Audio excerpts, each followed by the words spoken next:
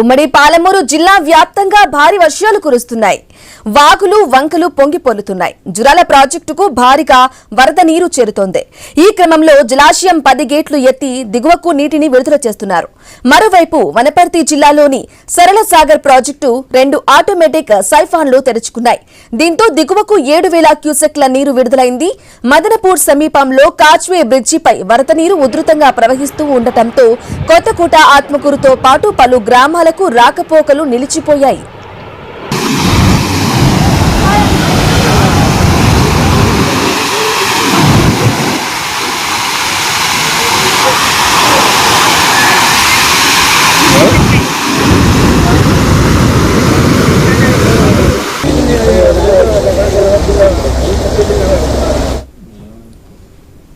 నాలుగు రోజులు భారీ వర్షాలు కురుస్తాయన్న వాతావరణ శాఖ హెచ్చరికల నేపథ్యంలో ములుగు జిల్లా యంత్రాంగం అలర్ట్ అయింది.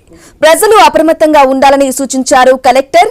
శిథిలా వ్యవస్థలో ఉన్న భవనాల్లో ఉంటున్న వారు పునరావాస కేంద్రాలకు వెళ్లాలన్నారు. ప్రమాదాలు జరగకుండా ప్రజలు సహకరించాలన్నారు కలెక్టర్.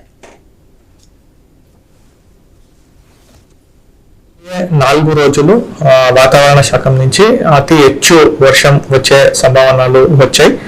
అందుకే మేము అందరికీ చాలా అప్రమత్తంగా ఉండాలి అని కోరుకుంటున్నాం.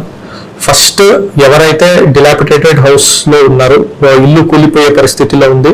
ఆల్రెడీ మన panchayat secretaries, MPW staffs, panchayati శాఖ నుంచి మీకు ఆల్రెడీ ఇన్స్ట్రక్షన్ ఇవ్వడం జరిగింది. వీలైతే మీ బంధువుల ఇంట్లో ఉంటే వెళ్ళండి, లేకపోతే మేము రెడీ చేసిన రీహాబిలిటేషన్ సెంటర్కి రండి. రెండోది, మనకి ఏదైతే లో లయింగ్ బ్రిడ్జెస్ అండ్ కాజ్వేస్ అని ఉన్నామో దయచేసి ఎవరు దాటవద్దు. ఎక్కువగా వాటర్ ఉన్నప్పుడు దయచేసి ఎవరు దాటొద్దు. దీనికి ఖచ్చితంగా మనము అక్కడ డ్యూటీని కూడా వేయడం జరుగుతుంది. వాళ్ళు చెప్పిన ఇన్స్ట్రక్షన్స్ ని అందరూ అర్థం చేసుకుని కొంత సహకరించాలని మేము కోరుతున్నాము. మనకి రాబోయే 4 రోజులు వాతావరణ శాఖ నుంచి అతి ಹೆಚ್ಚು వర్షం వచ్చే